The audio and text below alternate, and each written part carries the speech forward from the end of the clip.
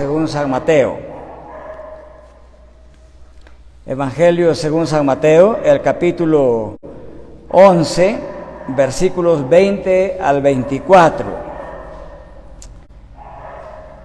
Voy a leer el pasaje nuevamente y ustedes van a notar que hay una pequeña diferencia con los textos que vienen en nuestras Biblias, y es que la palabra milagro la he traducido conforme al término original. El término original para la palabra milagro es obras poderosas. Entonces dice así el texto: entonces comenzó a increpar a las ciudades en las que había hecho muchas obras poderosas, porque no se habían arrepentido. Ay de ti, Corazín, ay de ti, Betsaida, porque si las obras poderosas que se hicieron en vosotras se hubieran hecho en Tiro y en Sidón, hace tiempo que se habrían arrepentido en cilicio y ceniza. Por eso os digo que en el día del juicio será más tolerable el castigo para Tiro y Sidón que para vosotras.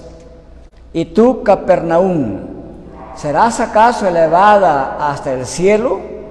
Hasta el infierno descenderás.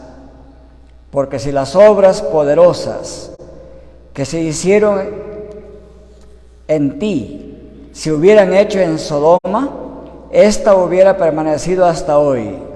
Sin embargo, os digo que en el día del juicio será más tolerable el castigo para la tierra de Sodoma que para ti.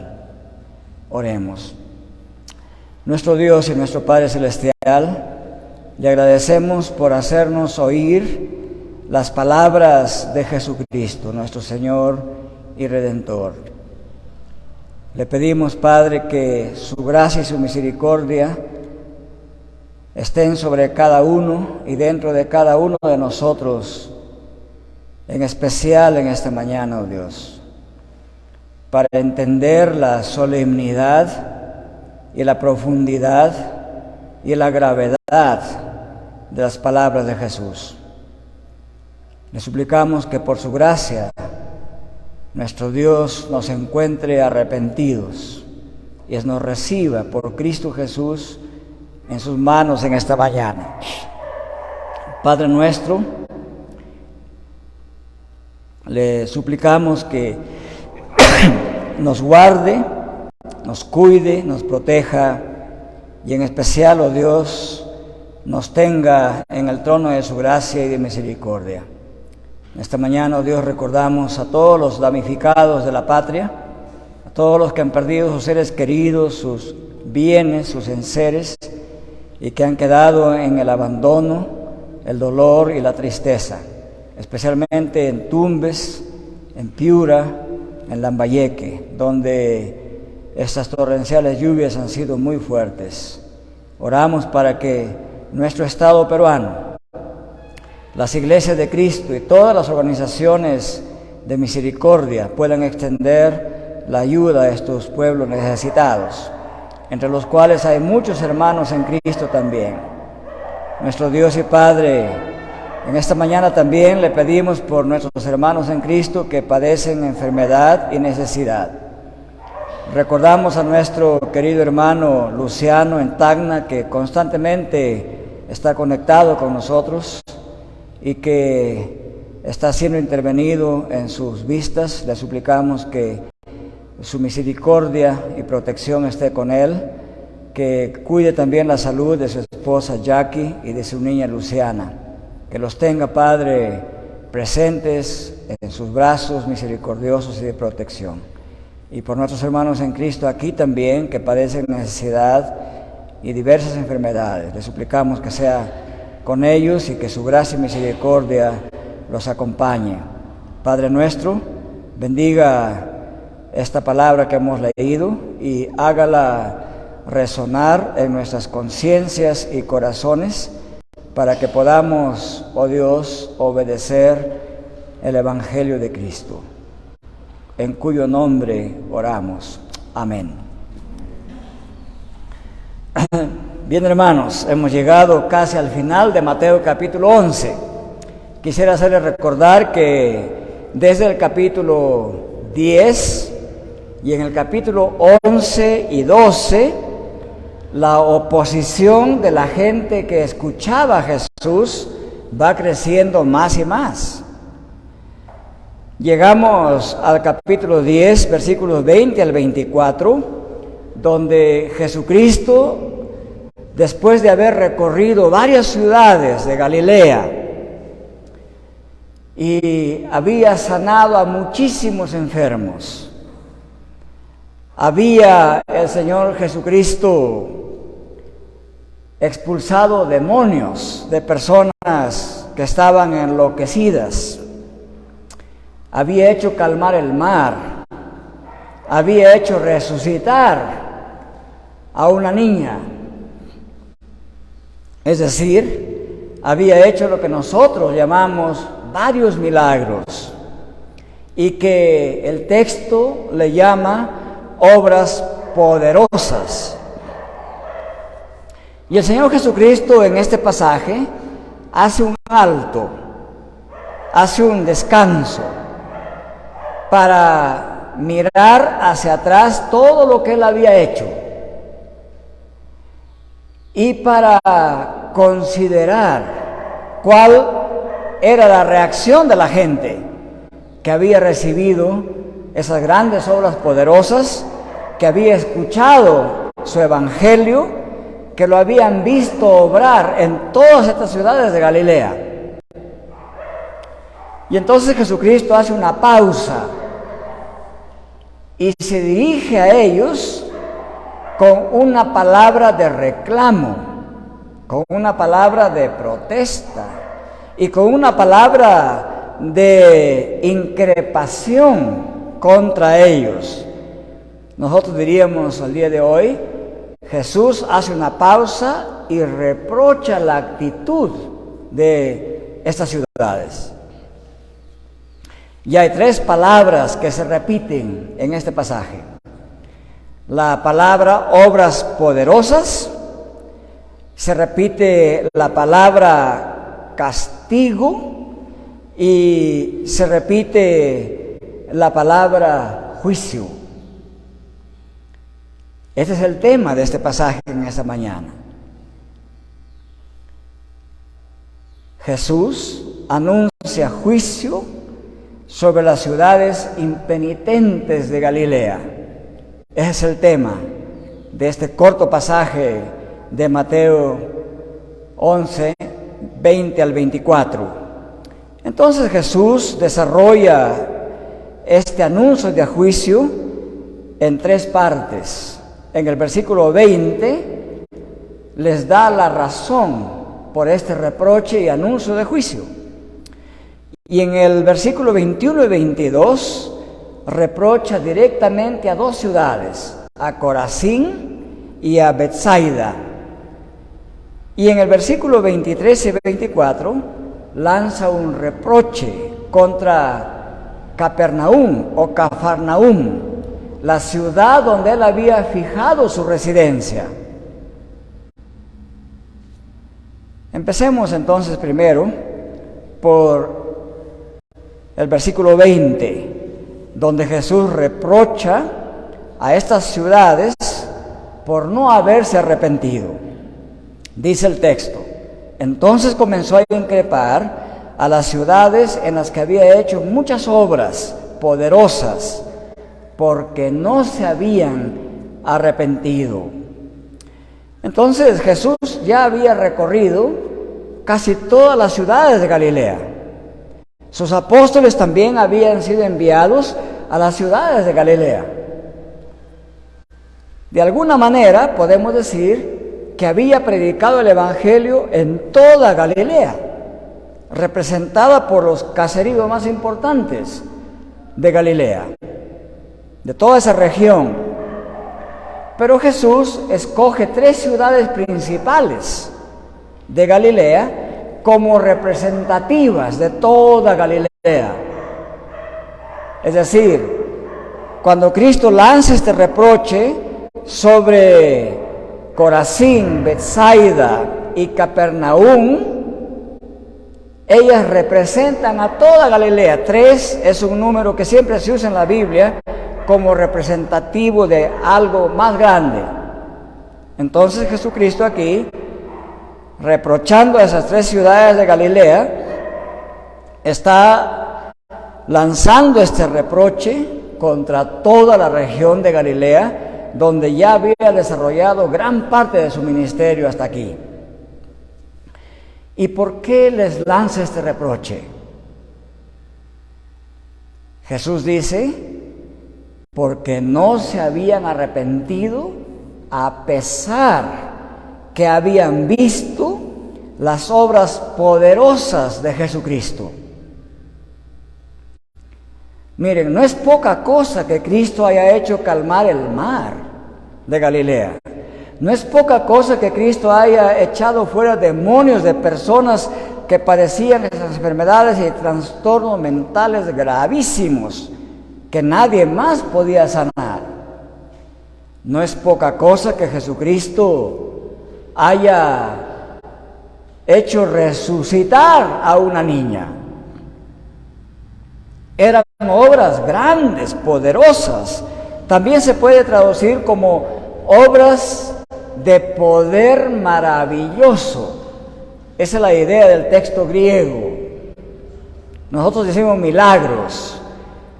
Las palabras originales son obras que despliegan un gran poder, nunca antes visto.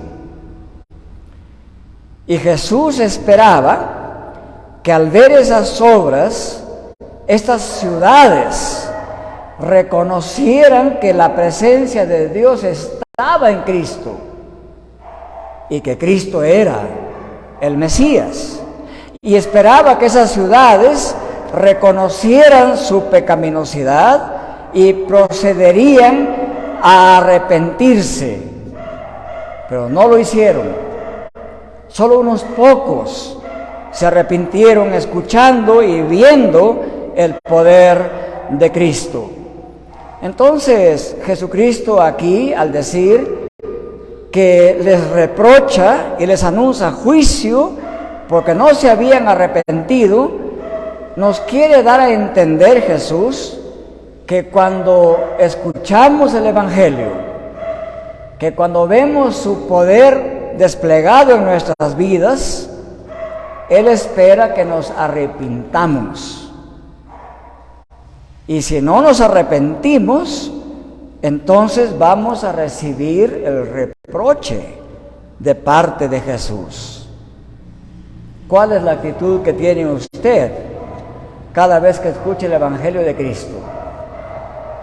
¿Acaso cuando vuelve a casa dice, bueno, ahí el pastor habló unas cuantas cosas, ni me acuerdo qué dijo, finalmente lo que más me importa hoy día es preparar mi almuerzo? Entonces Jesucristo espera que cuando escuchamos su palabra, cuando vemos desplegado su poder, su gracia y misericordia en nosotros, procedamos al arrepentimiento. Eso es lo primero que nos enseña aquí este pasaje. En segundo lugar, el versículo 21 y 22, Jesucristo lanza el reproche contra 2 ciudades, Corazín y Betsaida. Y dice así, pobre de ti, Corazín, ¿cómo me apena lo que te va a pasar, Corazín? Pobre de ti, Betsaida, porque si las obras poderosas que se hicieron en vosotras se hubieran hecho en Tiro y en Sidón, hace tiempo se habrían arrepentido en silicio y ceniza. Por eso os digo que en el día del juicio será más tolerable el castigo para Tiro y Sidón que para vosotras. Para entender este reproche de Corazín y de Betsaida, comparadas con Tiro y con Sidón, necesitamos entender, en primer lugar, ¿quién es esta ciudad de Corazín? Esta ciudad existe hasta el día de hoy, por si acaso.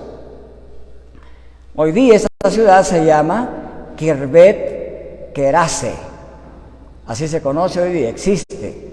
Es una ciudad turística, la ciudad moderna.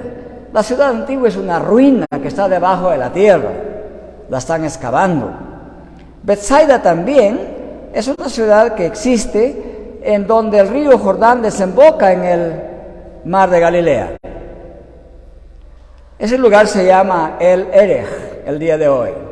Hay dos ciudades enterradas que piensan que se trata de Betsaida, pero la más probable es la desembocadura del Jordán en el mar de Galilea, que se llama El Erej.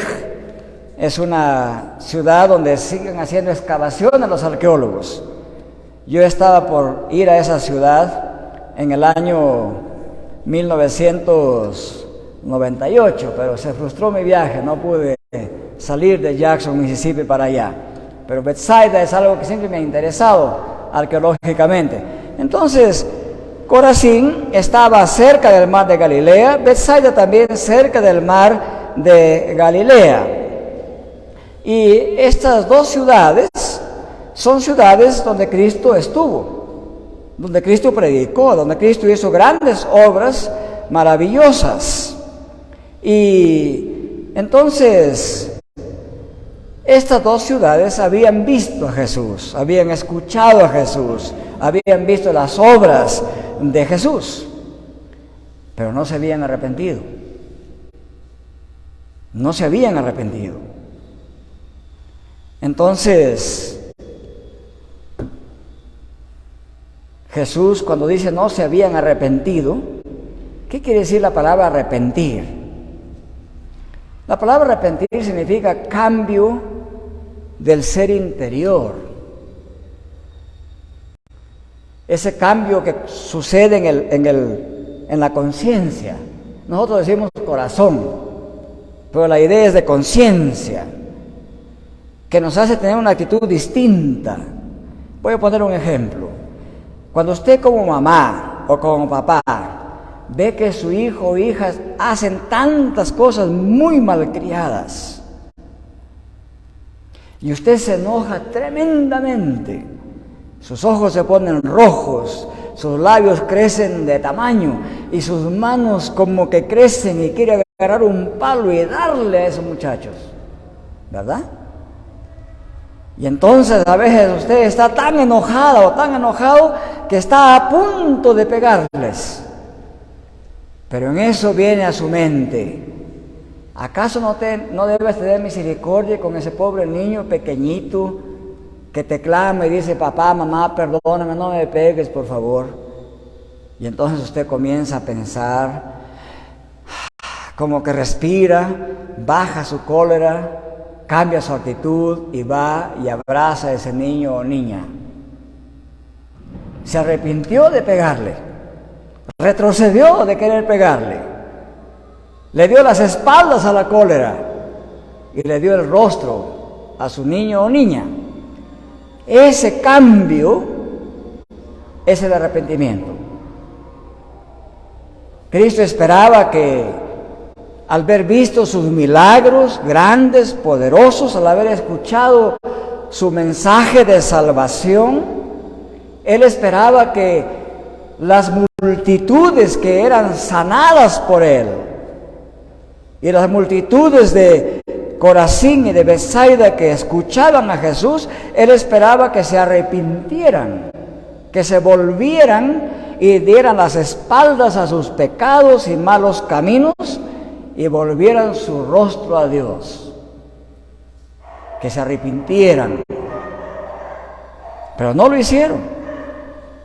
Entonces les dice así, miren, ustedes siendo parte de Israel, parte del pueblo de Dios, ustedes tienen una conducta peor que la conducta de Tiro y de Sidón. ¿Y quiénes eran estos de Tiro y Sidón? Bueno, ellos eran gente que vivía a las orillas del mar. Esta gente eran mercaderes internacionales. eran navegantes comerciales. Y el Antiguo Testamento, especialmente Isaías y Ezequiel, describen a Tiro y a Sidón como ciudades habitadas por gente muy mala, muy perversa, por gente codiciosa del dinero, por gente cruel, que cazaban personas y los vendían como esclavos a otros países. Incluso agarraban a israelitas y los vendían como esclavos a otros países. Eran gente mala, perversa en su conducta. En gran parte eran como muchos peruanos en nuestro país, que matan mujeres, que meten cinceles en las cabezas de niñas, perversos. Tiro y Sidón en su tiempo llegaron a representar dos ciudades de conducta muy mala. Y por supuesto Dios los castigó duramente. Y a los que todavía están en los sepulcros de Tiro y Sidón, cuando Cristo venga por segunda vez, recibirán un castigo durísimo. Y Jesús dice, así como ese Tiro y Sidón, que fueron ciudadanos perversos y malos, ustedes, israelitas de Corazín, israelitas de Betsaida, ustedes son peor que ellos. Por lo tanto, cuando Cristo venga por segunda vez, el castigo para ustedes será más duro que para Tiro y Sidón. ¿Por qué? Y les dice así, porque si estas ciudades de Tiro y Sidón, de gente perversa, hubieran visto los milagros que yo hice con ustedes, ellos se hubieran arrepentido. Se hubieran arrepentido en silicio y ceniza. Pero ustedes, israelitas, son gente dura de corazón. El Evangelio de Lucas aclara muy bien esto, es decir, la razón de la severidad con que Cristo tratará a los israelitas que no se han arrepentido. La razón es porque ellos se portaban peor que paganos. Y esto es lo que dice Lucas 12:47 al 48. Dice, aquel siervo que conociendo la voluntad de su Señor no se preparó ni hizo conforme a su voluntad, recibirá muchos azotes.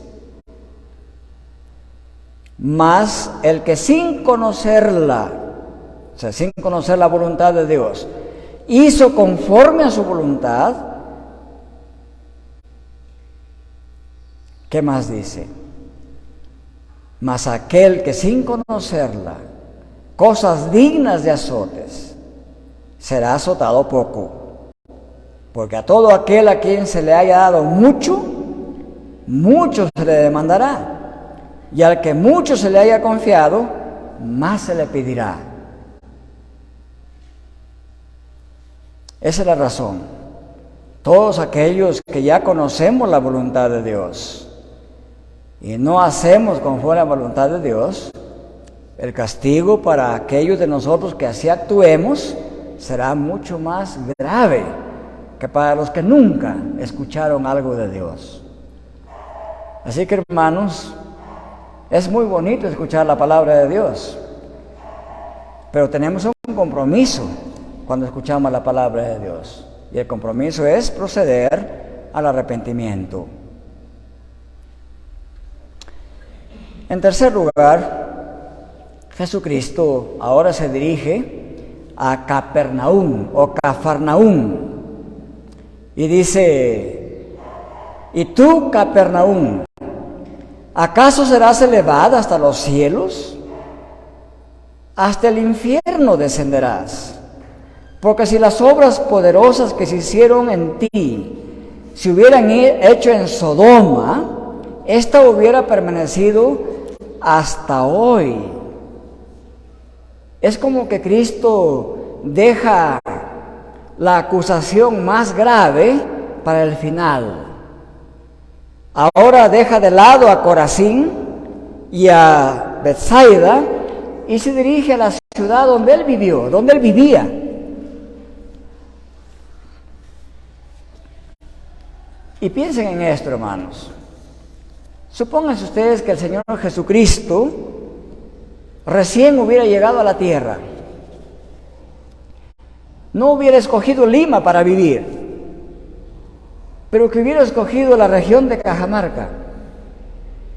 Y dentro de la región de Cajamarca hubiera dicho, en Quiritimayo voy a vivir yo.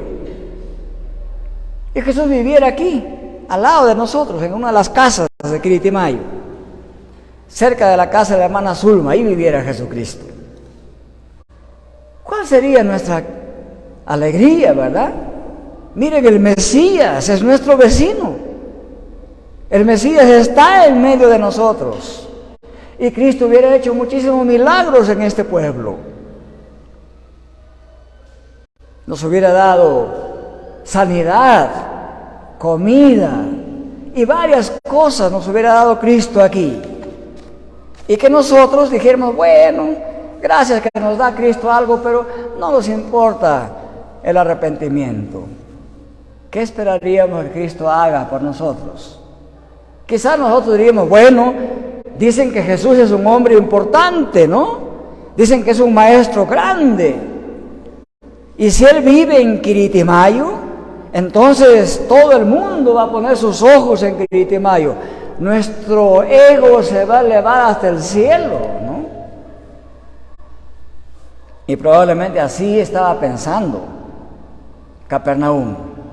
Bueno, si Jesús dice que es el Mesías, ha hecho obras grandes, y si es el Hijo de Dios, que vino del cielo y viene entre nosotros, significa que un día nuestra ciudad va a estar en el cielo. Probablemente así estaban pensando, y Jesús interpreta su mente. Y entonces el Señor Jesús dice, ¿y tú, Capernaum, piensas que serás elevada hasta los cielos? La palabra los cielos significa el lugar donde Dios vive, significa la habitación de Dios. Y dice Jesús, no Capernaum, no te equivoques. Vas a descender hasta las profundidades del Hades, dice el texto. Y esta palabra Hades, en general, significa el sepulcro. Significa el sepulcro no solamente como un lugar físico, como hueco, digamos, sino que significa una profundidad donde tiene dominio la muerte. Por eso es que aquí lo he traducido como infierno en esta parte. Y además, porque Jesucristo dice, ¿piensas que vas a ser llevada al cielo? No, a lo contrario del cielo, que es el infierno. Y porque además habla de juicio final, donde los que resucitan, habiendo hecho la voluntad de Dios, irán a la presencia de Dios, al cielo de Dios. Y los que han estado lejos de Dios y no arrepentidos, irán junto con todos los malos al infierno de fuego. Lo que Cristo está anunciando aquí, a la ciudad donde Él vivió, donde Él permaneció, le está anunciando que por no arrepentirse, en el día del juicio final, su destino será el infierno. Y hermanos, damos gracias a Dios que nos da esa advertencia. Solamente hay dos lugares donde uno puede ir en el juicio final. todos los que se han arrepentido, que han puesto su fe en Cristo, que aman a Cristo y obedecen a Cristo, les espera el cielo para siempre. Y los que no, les espera el infierno de fuego. Y les dice así, les hace recordar, les dice: ¿por qué ustedes irán al infierno? Porque vieron obras poderosas, he vivido entre ustedes, he anunciado la misericordia de Dios y ustedes no se arrepintieron. Porque si en Sodoma se hubieran hecho todas las obras poderosas que yo he hecho entre ustedes, esa ciudad no hubiera sido destruida, viviera hasta ahora. Y miren, escuchen un ratito, hermanos. Sodoma fue destruida por Dios. Llovió fuego y azufre del cielo, y la ciudad quedó sin ningún habitante. Solamente escapó Lot, su esposa, y 2 hijas, 4. Y esa ciudad quedó convertida en cenizas. Hasta el día de hoy, los arqueólogos han excavado cerca del Mar Muerto y han encontrado muros y líneas de ceniza debajo de la tierra, donde antes estuvo Sodoma y Gomorra. Entonces, aquí en este pasaje Jesucristo dice: miren, si Sodoma fue arrasada y quemada y vuelta en cenizas, para ustedes será peor. Y por supuesto el infierno es peor que lo que le pasó a Sodoma y Gomorra. Eso es lo que Cristo quiere decir acá. Nos advierte con amor y misericordia. Entonces, por esta razón, Capernaum, ustedes son más malvados que Sodoma, porque han visto al Hijo de Dios, han visto su rostro, han visto su amor, su misericordia, sus milagros, sus obras poderosas. Les he anunciado el Evangelio de parte de Dios. He estado entre ustedes buen tiempo. ¿Cómo no se van a arrepentir? Les pasará peor que a Sodoma. Hermanos, este mensaje es también para todos nosotros los peruanos el día de hoy. Miren, el Evangelio del Perú, o el Evangelio en el Perú, ya ha sido anunciado en forma general más de 500 años, desde que vinieron los primeros españoles al Perú. Algo del Evangelio anunciaron. Tenemos Iglesia Católica Romana más de 500 años en el Perú. Si la Iglesia Católica Romana enseñara el Evangelio de Cristo en 500 años, el Perú sería un país mucho mejor moralmente, ¿verdad? Pero ¿cómo está el Perú hoy? Se cae a pedazos. Altas autoridades, en términos comunes, son ladrones. Altas autoridades roban millones de los impuestos de los peruanos. Altas autoridades están metidos en corrupción, no solamente civiles, militares y policías, ladrones. Eso es bien claro en todo el país. Después de 500 años de cristianismo en el Perú, las iglesias evangélicas han venido predicando el Evangelio ya por más de 100 años en el Perú. Pero la maldad está bien entronada en las altas esferas del poder político, militar, policial, judicial y civil. Esa es la verdad de nuestra patria.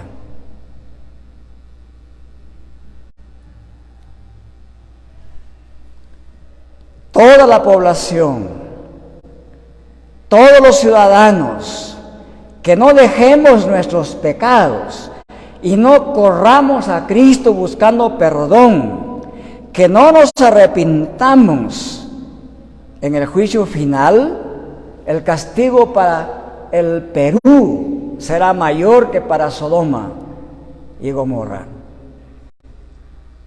Porque por más de 100 años, las iglesias evangélicas vienen predicando el Evangelio.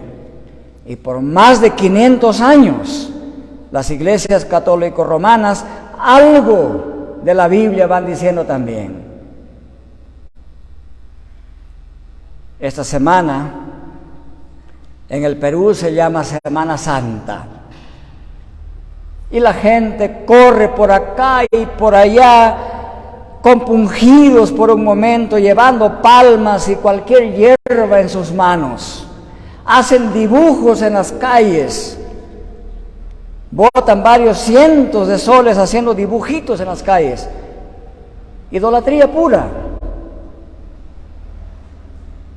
¿Cómo es que no se ha entendido el Evangelio en más de 500 años?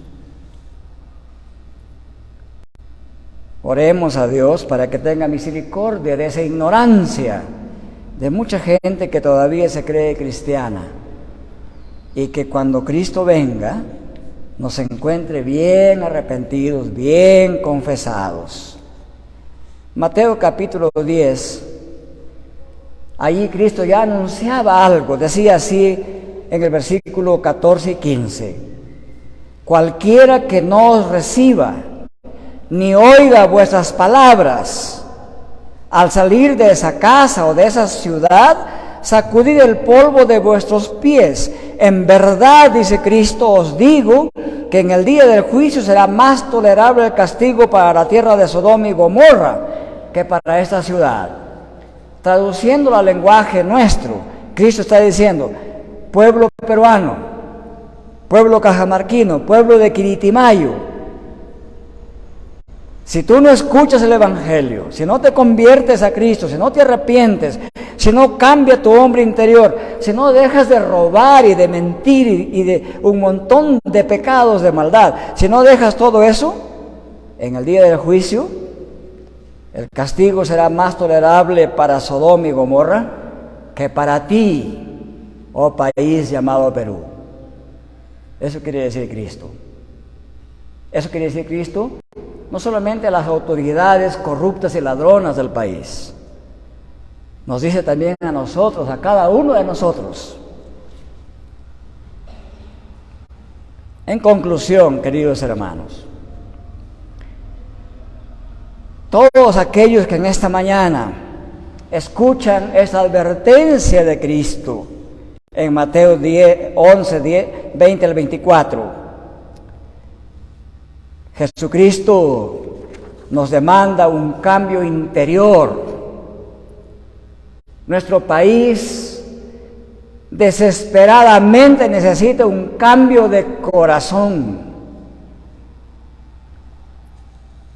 En el año 1915, un pastor presbiteriano y filósofo llamado Juan Amacay, desde Lima, escribió a la iglesia en Escocia, la iglesia presbiteriana en Escocia, y les escribió lamentando la situación de corrupción y confusión que vivía el Perú de 1915. Todavía era presidente Augusto B. Leguía, y le decía a los hermanos en Escocia: